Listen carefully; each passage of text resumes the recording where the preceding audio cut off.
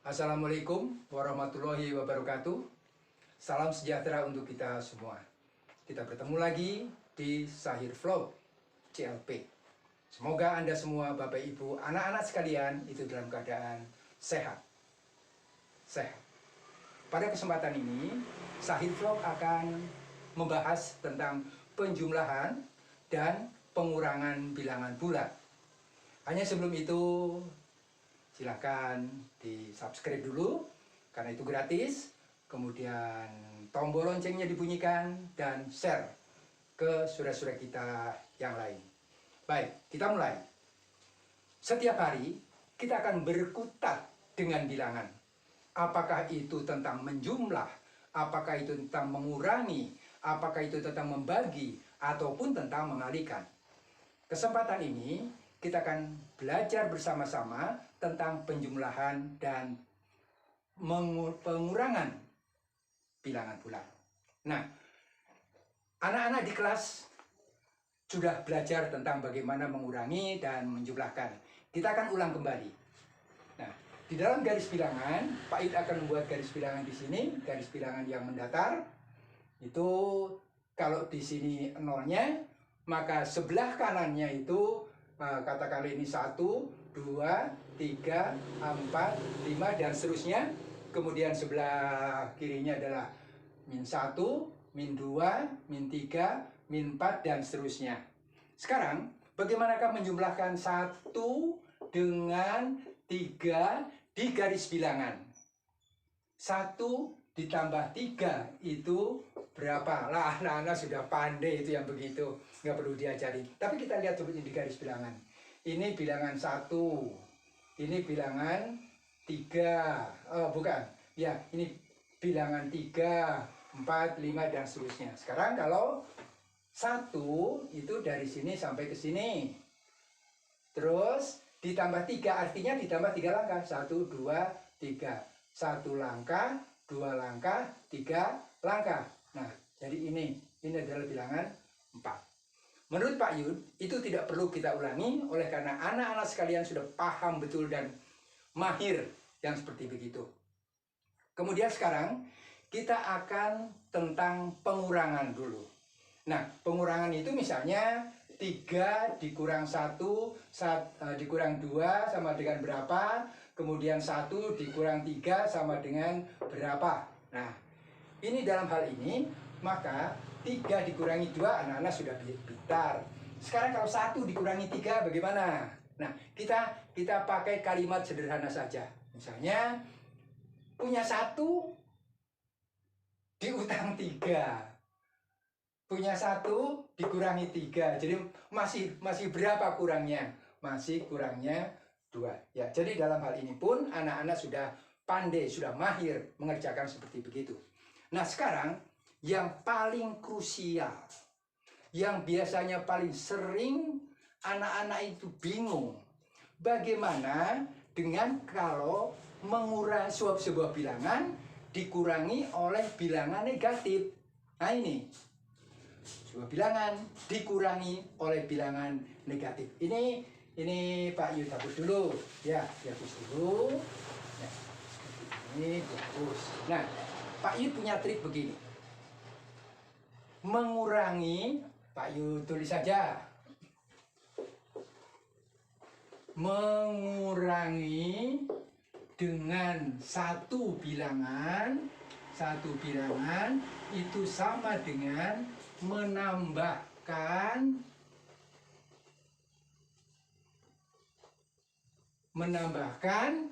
dengan lawan bilangan itu. Nah, di sini lawan. Artinya, anak-anak sekalian paham, diminta paham untuk menentukan lawan sebuah bilangan. Jadi kalau bukan kebalikan ya, bukan kebalikan tetapi lawan. Misalnya begini, 4 lawannya itu min 4. Nah, begitu. Artinya, dua buah bilangan yang berlawanan itu kalau dijumlahkan akan menjadi 0. Kemudian kalau 3 lawannya ya lawannya ya negatif 3. Kalau A lawannya ya min A. Nah, itu adalah dua bilangan yang berlawanan. Jadi kalau tadi mengurangi dengan satu bilangan itu sama dengan menambahkan atau menjumlahkan dengan lawan bilangan itu. Nah, sekarang dulu contohnya misalnya begini. 3 dikurangi 1, yang gampang-gampang saja. Nah, ini anak-anak sudah bisa itulah. 1424 dikurangi 963. Ini pun anak-anak sudah mahir. Bapak Ibu juga sudah bisa. Ini dihapus saja. Nah, sekarang bagaimanakah kalau misalnya 6 dikurangi min 4. Nah, ini yang sering bingung anak-anak. Ini yang sering banyak ditanyakan. 6 dikurangi min 4. Atau mungkin 3 dikurangi min 8. Ini yang sering anak-anak kadang-kadang mesti hati-hati. Melihat begini, mengurangi dengan satu bilangan itu sama dengan menambahkan atau menjumlahkan dengan lawan bilangan itu. Jadi kalau 6 dikurangi min 4 itu sama saja dengan 6 ditambahkan, ya kan? Ditambahkan dengan lawan bilangan min 4. Oh, ini juga begitu. 3 dikurangi min 8 itu sama saja dengan 3 ditambah lawan daripada 8. Paham? Oke. Jadi kalau begitu, ini adalah 6 dikurangi, ulang, ini sama dengan 6 ditambah lawan daripada min 4. Lawan daripada min 4 ya 4. Iya kan? Iya, lawannya min 4 adalah 4. Jadi ini sama dengan 10. Oh, gampang sekarang ya? Udah ya? Sekarang ini. 3 dikurangi min 8. Itu sama dengan berapa? Sama dengan 3 ditambahkan dengan lawan bilangan ini.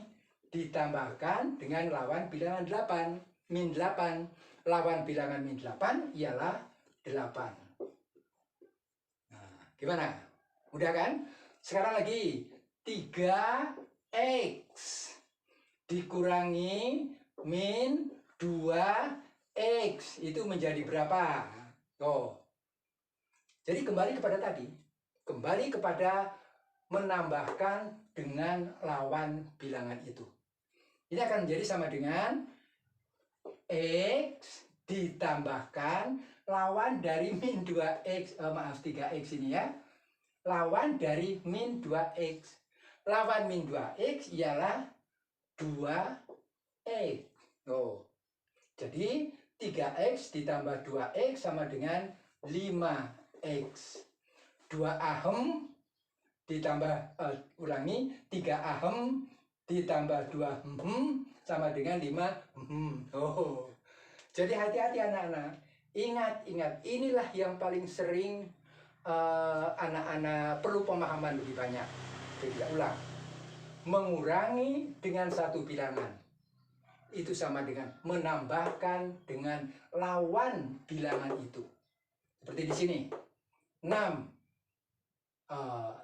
dikurangi min 4. Itu sama dengan 6 ditambah lawan dari bilangan min 4. Lawan bilangan min 4 ya 4. Ini menjadi 10. Ini juga begitu. 3 dikurangi min 8. Itu adalah 3 ditambah dengan lawan bilangan min 8, yaitu 8. Kemudian 3x dikurangi min 2x akan menjadi 3x ditambah 2x. Nah, yang penting di sini adalah anak-anak paham lawan bilangan itu. Sekali lagi, bahwa dua bilangan yang berlawanan, kalau dijumlahkan hasilnya 0. Paham ya? Paham? Oke, terima kasih. Ini baik hapus dulu ya. Oke, baik dihapus dulu. Ingat-ingat itu. Ingat-ingat. Nah, seperti itu. Nah, sekarang Pak Yud akan membicarakan tentang beberapa sifat dalam penjumlahan. Contoh misalnya, ada yang disebut dengan sifat satu komutatif. Komutatif. Wah, ini kok istilahnya angel teman ya. Nih, kalau digambarkan begini aja lah, misalnya A ditambah B sama dengan B ditambah A. Maksudnya itu, kalau A dan B itu ditukar tempatkan, maka nilainya itu tidak akan berubah. Ini yang sebelah kiri, itu A-nya di depan. Tapi B di sebelah kanan, B-nya yang di depan. Contoh sederhana, contoh misalnya 5 ditambah 3 sama dengan 3 ditambah 5. Nah, ini sifat komutatif. Ya. Jadi 5 ditulis duluan, sekarang 5 ditulis belakangan. Itu sifat komutatif. Nah, sekarang sifat komutatif ini apakah berlaku untuk pengurangan? Misal ya, pengurangan. Apakah A dikurangi B itu sama dengan B dikurangi A? Nah, ini sama tidak? Ya, kita coba. Ganti saja ini tadi. 5 dikurangi 3 apa sama dengan 3 dikurangi 5? Sama tidak? Tidak sama. Sehingga gimana? Pada pengurangan tidak berlaku komutatif. Ya, tidak berlaku komutatif. Jadi kita ulang bahwa sifat komutatif itu adalah ini. A ditambah B sama dengan B ditambah A. Berapapun bilangan A-nya dan berapapun bilangan B-nya. Ini dihapus biar nggak mengganggu. Jadi itu adalah sifat komutatif sebuah bilangan. Contoh-contohnya seperti ini. Sudah paham ya anak-anak? Ya, bagus. Ini Pak Yud hapus dulu. Pak Yud hapus, sudah dipindahkan ke sini. Kemudian anak-anak, sifat yang lain adalah bahwa bersifat asosiatif. Asosiatif. Ini bahasanya bahasa Bali, tapi ya kita harus mengerti. Asosiatif itu pengelompokan. Jadi misalnya begini. A ditambah B ditambah C misalnya. Misalnya seperti itu. Jadi gini. Nah, A ditambah B ditambah C itu akan sama dengan kalau A ditambah B juga ditambah C. Nah, itu. Sekarang kita coba dengan. Jadi ini adalah sifat asosiatifnya. Contoh misalnya 5 ditambah 3 ditambah 2 itu sama dengan 5 ditambah 3 ditambah 2. Nah, sekarang sama apa tidak? Ini 5 juga, ya kan? Ini juga 8, ya kan? Ini 2. Apakah sama? 10. Jadi sama. Jadi kita ulang bahwa dalam penjumlahan ini berlaku sifat asosiatif.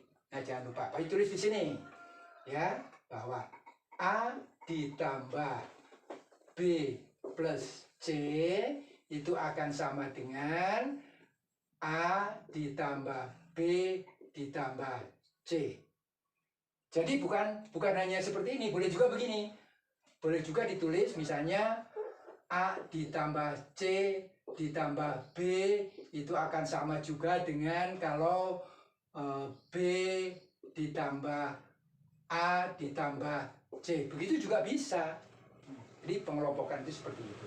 Dan ini banyak digunakan sekali pada kehidupan sehari-hari untuk mempermudah pelaksanaan pada waktu kegiatan hari-hari. Nah, sekarang Pak Yud ingin membuat contoh soal ya, contoh soal. Yang untuk komutatif mau ini dihapus ini sifat-sifat komutatif. Nah ini komutatifnya itu, asosiatifnya ini. Sekarang contoh soal. Misalnya 3 ditambah 4 ditambah 7. Tergantung anak-anak itu akan mengerjakan yang mana dulu. Apakah 3 ditambahkan 4 dulu juga boleh, baru kemudian ditambahkan dengan 7, atau 4 ditambahkan 7 kemudian baru ditambahkan dengan 3, itu pun sama. Atau 3 ditambahkan dengan 7 baru ditambahkan dengan 4 juga akan sama, karena tadi itu sudah kita uji. Nah begitu ya, jadi ingat. Nah sekarang ada problem, ada masalah begini. Misalnya anak-anak coba tolong jumlahkan 1 ditambah 2 ditambah 3 ditambah dan seterusnya, ditambah 47 ditambah 48 ditambah 50. Ini berapa? Oh, anak-anak suruh jumlahkan ini. Suruh jumlahkan berapakah 1 ditambah 2 ditambah 3 ditambah 4 ditambah 5 sampai terus sampai yang terakhir itu 50. Gimana caranya? Misalkan, nah dengan menggunakan asosiatif, ya, sifat asosiatif, maka cara menjumlahkan ini jauh menjadi lebih cepat. Nah, caranya bagaimana? Caranya begini. Coba 1 itu dengan 50, jumlahkan dulu. Berapa? 51, ya kan? Akan menjadi 51. Sekarang 2 dengan 48. 2 dengan 48 juga 51.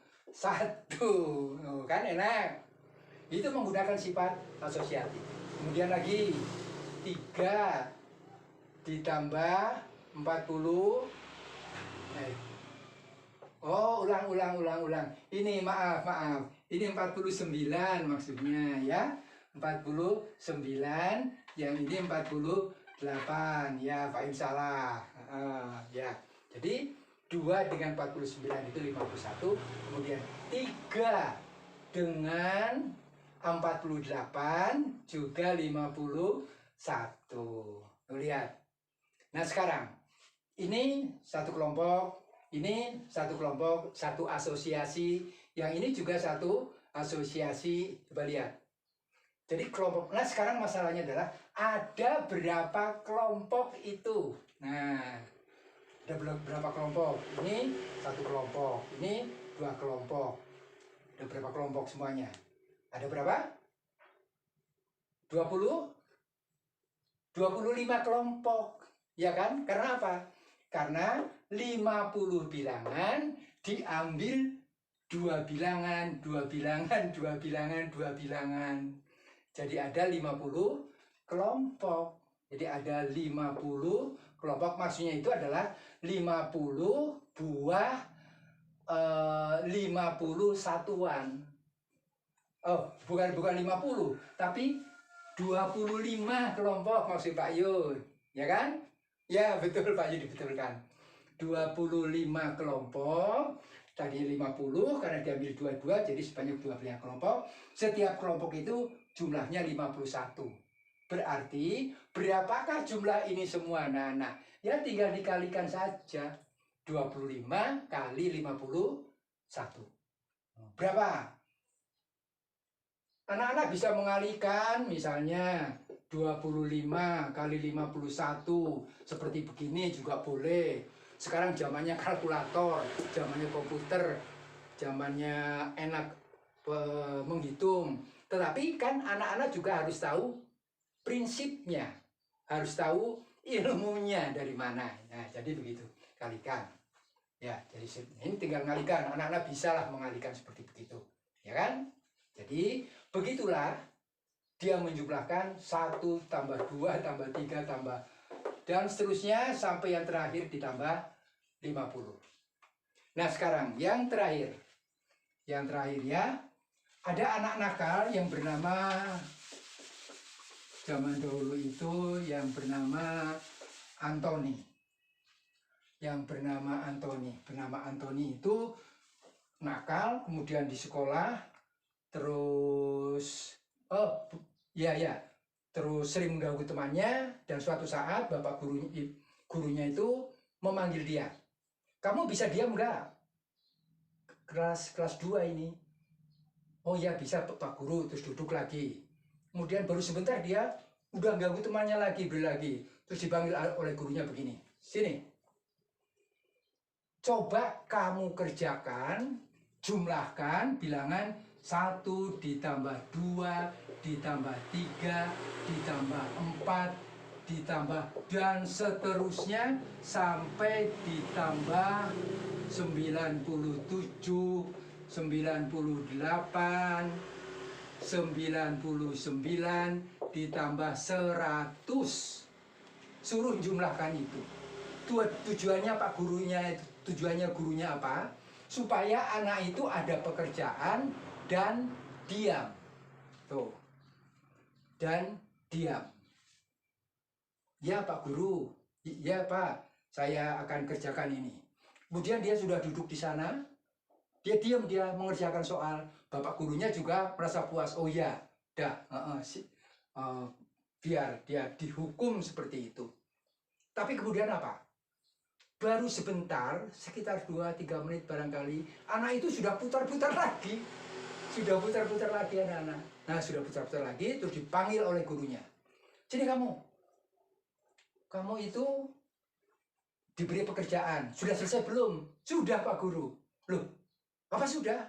Sudah. Padahal pada waktu anak itu mengatakan sudah, gurunya aja belum selesai menjumlahkan ini. Itu sudah selesai. Terus coba bawa sini. Panggil, berikan oleh Pak Guru kepada gurunya. Nah gurunya itu bingung. Loh, gimana caranya ini? Dan ternyata pekerjaannya itu benar. Pada saat gurunya mengerjakannya aja belum selesai. Bagaimana caranya? Begini. Oh, ya kan? 1 tambahkan dengan 99. Berapa itu?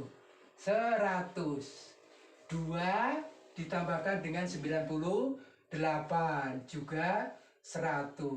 3 tambahkan dengan 97 juga 100. Ini dikelompokkan. Tuh. Terus begitu sehingga yang tidak punya pasangan yang mana? Yang tengah di sini, yaitu bilangan 50 dan bilangan 100. Ini nggak punya pasangan. Yang lain punya pasangan, punya kelompok-kelompok. Nah, sekarang masalahnya anak itu berpikir, ada berapa kelompok ini tadi? Ada berapa kelompok? Jadi, yang tidak dipakai adalah bilangan 50 dan bilangan 100. Yang tadinya 100 bilangan, sekarang dikurangi 2 bilangan menjadi 98 bilangan. Menjadi 98 bilangan. Nah, 98 bilangan itu karena diambil 22, ya kan? 2, itu akan menjadi 92 dibagi 2, yaitu 49 kelompok. Sehingga anak tadi yang nakal itu mengatakan ada 49 kelompok yang setiap kelompok itu 100, sehingga 49 kali 100 itu 4900. Ditambah yang mana? Ditambah yang ini tadi yang tidak kebagian pasangan, yaitu bilangan 50 yang di sini tengah dan bilangan 100. Oh, jadi ditambah 150 karena ini nggak ada jodohnya. Ini juga disisakan tidak ada jodohnya. Jadi kalau begitu berapa jumlahnya? 4900 ditambah 150 itu menjadi 5050. Gurunya heran. Itulah pengalaman anak-anak tadi. Pengalaman anak yang kelas 2 yang semula dia nakal, tapi justru dia adalah jenius luar biasa. Demikian. Anak-anak sekalian dan Bapak Ibu orang tua, semoga penjelasan kali ini dapat membuka wawasan anak-anak kelas 7, MTS maupun SMP, sehingga bisa begitu mengerti apa tentang penjumlahan, baik dengan bilangan positif maupun dengan bilangan negatif, atau juga tentang pengelompokan sifat-sifat tadi, sifat komutatif dan sifat asosiatif. Terima kasih atas perhatiannya. Lain kali akan bertemu lagi di Sahir Vlog. Salam.